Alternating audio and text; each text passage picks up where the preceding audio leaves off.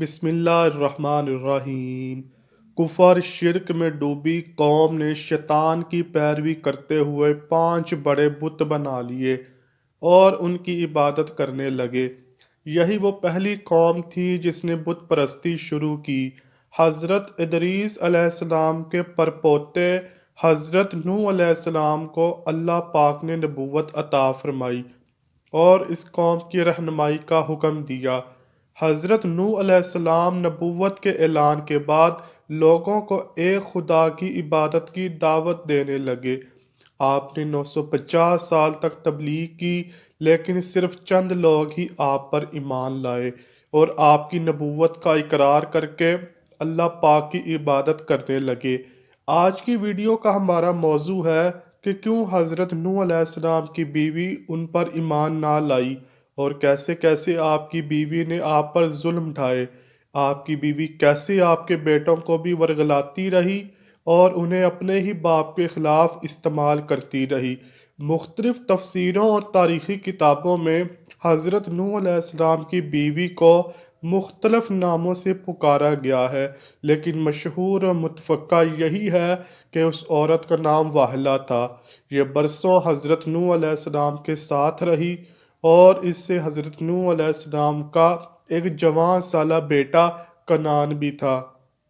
اس کے علاوہ باقی تینوں بیٹے حام، سام اور یافس حضرت نوح علیہ السلام کی دوسری بیوی سے تھے جو کہ ایمان لائی تھی، لیکن واحلہ اور اس کے بیٹے کنعان نے حضرت نوح علیہ السلام کی رسالت کو نہ مانا اور آپ کو ساری زندگی اذیتیں دیتے رہے۔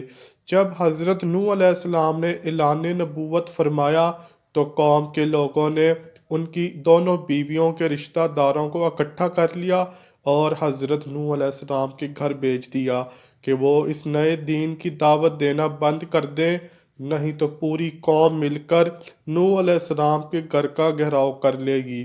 روایتیں ملتی ہیں کہ جیسے ہی اپنے رشتہ داروں کو واحلہ نے دیکھا تو اعلان کر دیا کہ میں اور میرا بیٹا کنعان نوح کی کبھی پیروی نہیں کریں گے، اور واحلہ نے اپنی قوم سے وعدہ کیا کہ وہ نوح علیہ السلام کو اس نئے دین کی تبلیغ سے ضرور روک لے گی۔ خیر، واحلہ نے زبردست مہم چلائی اور ہر محاذ پر اپنے شوہر کی مخالفت کی، لیکن حضرت نوح علیہ السلام تبلیغ حق کرتے رہے، یہاں تک کہ ایک دن قوم کے لوگوں نے گھر پر اس وقت حملہ کر دیا جب حضرت نوح علیہ السلام کے تینوں مومن بیٹے گھر پر نہ تھے، جبکہ کنعان اور واحلہ گھر پر ہی موجود تھے، بلکہ یہ حملہ بھی واحلہ ہی کی سازش تھی۔ لوگوں نے حضرت نوح علیہ السلام کو لہو لہان کر دیا اور بے پناہ ظلم کیا۔ واحلہ نے جب دیکھا کہ یہ لوگ حضرت نوح علیہ السلام کی جان لے کر ہی رہیں گے تو ان کو یہ کہہ کر روک دیا، اب سے میرے شوہر تبلیغ دین سے باز آ جائیں گے۔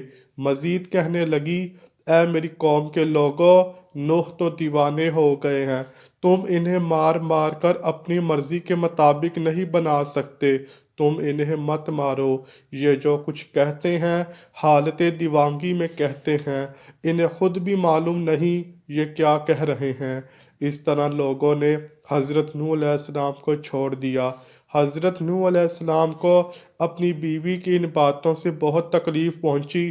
انہوں نے پہلی بار خدا سے شکایت کی، خدایا، میں کافروں میں گر گیا ہوں، اگر یہ لوگ مومن نہیں ہو سکتے تو ان کو تباہ و برباد کر دے۔ قوم نوح کا حال یہ ہو گیا کہ مرنے سے پہلے ہر بندہ اپنی قوم کو نصیحت کرتا تھا کہ نوح دیوانے کی باتوں پر کان نہ دھرنا۔ پھر جب اللہ پاک نے وحی نازل فرمائی کہ جو لوگ ایمان لا چکے ہیں ان کے علاوہ اب آپ پر کوئی ایمان نہیں لائے گا، تو پھر آپ نے بارگاہ الہی میں مناجات کی اور آپ کی دعا قبول ہوئی اور اللہ پاک نے آپ کو ایک کشتی بنانے کا حکم دیا۔ اللہ تعالیٰ نے حکم دیا کہ کشتی نوح میں سوار ہونے والوں کے علاوہ دنیا کی تمام مخلوق تباہ و برباد کر دی جائے گی۔ قرآن میں ارشاد باری تعالیٰ ہے، اور نوح کو وحی ہوئی کہ تمہاری قوم سے مسلمان نہ ہوں گے مگر جتنے ایمان لا چکے، تو غم نہ کھا اس پر جو وہ کرتے ہیں، اور کشتی بنا ہمارے سامنے اور ہمارے حکم سے، اور ظالموں کے بارے میں مجھ سے بات نہ کر، وہ ضرور ڈبائے جائیں گے۔ اور نوح علیہ السلام نے کشتی بنانا شروع کر دی، اور جب اس کی قوم کے سردار اس پر سے گزرتے اور حضرت نوح علیہ السلام پر ہنستے، حضرت نوح علیہ السلام بولتے، اگر تم ہم پر ہنستے ہو تو ایک وقت ہم تم پر ہنسیں گے، جیسا تم ہنستے ہو اب جان جاؤ کس پر آتا ہے وہ عذاب کہ اسے رسوا کرے، اور اترتا ہے وہ عذاب جو ہمیشہ رہے۔ آپ نے اللہ کے حکم سے شہر کے باہر کشتی بنانے کا ارادہ کیا۔ ابھی طوفان آنے میں 200 سال باقی تھے، اور آپ علیہ السلام کو کشتی بنانے کے لیے لکڑی کی ضرورت تھی، لہٰذا آپ علیہ السلام نے لکڑی حاصل کرنے کی غرض سے ساگوان نامی کچھ درخت لگائے جن کی لکڑی بہت مضبوط ہوتی ہے۔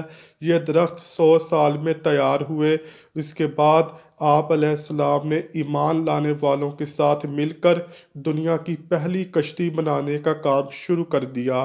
کشتی کی تیاری کے دوران آپ کی قوم نے آپ کو بہت تکلیفیں دیں، لیکن آپ سب کچھ برداشت کرتے رہے، کشتی کی تیاری میں مصروف رہے۔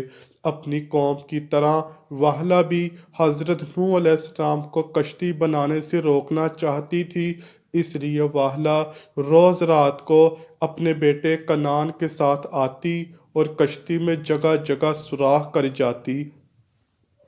یہ اس کا روزانہ کا معمول بن گیا۔ حضرت نوح علیہ السلام جب صبح کشتی کو دیکھتے تو بہت پریشان ہوتے، جب لوگوں سے پوچھتے تو کہنے لگتے، ہمیں تمہارے تختوں پر کوئی دلچسپی نہیں ہے۔ خیر، ایک دن حضرت نوح علیہ السلام نے سارا دن تختوں کو جوڑنے میں لگایا، اور شام کو اللہ پاک سے دعا کی، اے میرے خدا، جو بھی آج رات میرے ان تختوں پر سوراخ کرے تو اس کے ہاتھ کو بے جان کر دے۔ صبح جب حضرت نوح علیہ السلام نے دیکھا کہ پھر سے تختوں میں سوراخ ہیں، تو آپ اپنی قوم میں سے بے جان والا ہاتھ شخص ڈھونڈنے لگے۔ بہت تلاش کے بعد بھی جب انہیں بے جان والا ہاتھ والا شخص کہیں نہ ملا تو آپ اپنے گھر واپس لوٹ گئے۔ گھر جاتے ہی دیکھا بیوی نے ایک ہاتھ چادر میں چھپا رکھا ہے۔ آپ فوراً سمجھ گئے وہ یہی ہے جو روزانہ سوراخ کرتی تھی۔ آپ کو یہ جان کر بہت رنج ہوا، میری اپنی ہی بیوی میرے اتنے خلاف ہے۔ خیر، آپ نے اس کو خبردار کر دیا، ابھی تو صرف ہاتھ بے جان ہوا ہے، اگر دوبارہ میری کشتی کا نقصان کیا تو پورا جسم ہی بے جان ہو جائے گا۔ کم و بیش 100 سال میں کشتی تیار ہو جاتی ہے۔ یہ کشتی 300 گز لمبی، 50 گز چوڑی اور 30 گز اونچی تھی۔ خیر، جب طوفان شروع ہوا تو حضرت نوح علیہ السلام نے کشتی میں درندوں، چرندوں، پرندوں اور قسم قسم کے حشرات الارض کا ایک ایک جوڑا نر اور مادہ سوار کر دیا، اور خود آپ اور آپ کے تینوں فرزند یعنی حام، سام اور یافس، اور ان تینوں کی بیویاں اور آپ کی مومنہ بیوی اور 72 مسلمان مرد اور عورت، کل 80 افراد کشتی میں سوار ہو گئے۔ پھر حضرت نوح علیہ السلام نے اپنی نافرمان بیوی کو بھی کشتی میں سوار ہونے کی دعوت دیتے ہوئے کہا، تو بھی کشتی پر سوار ہو جا۔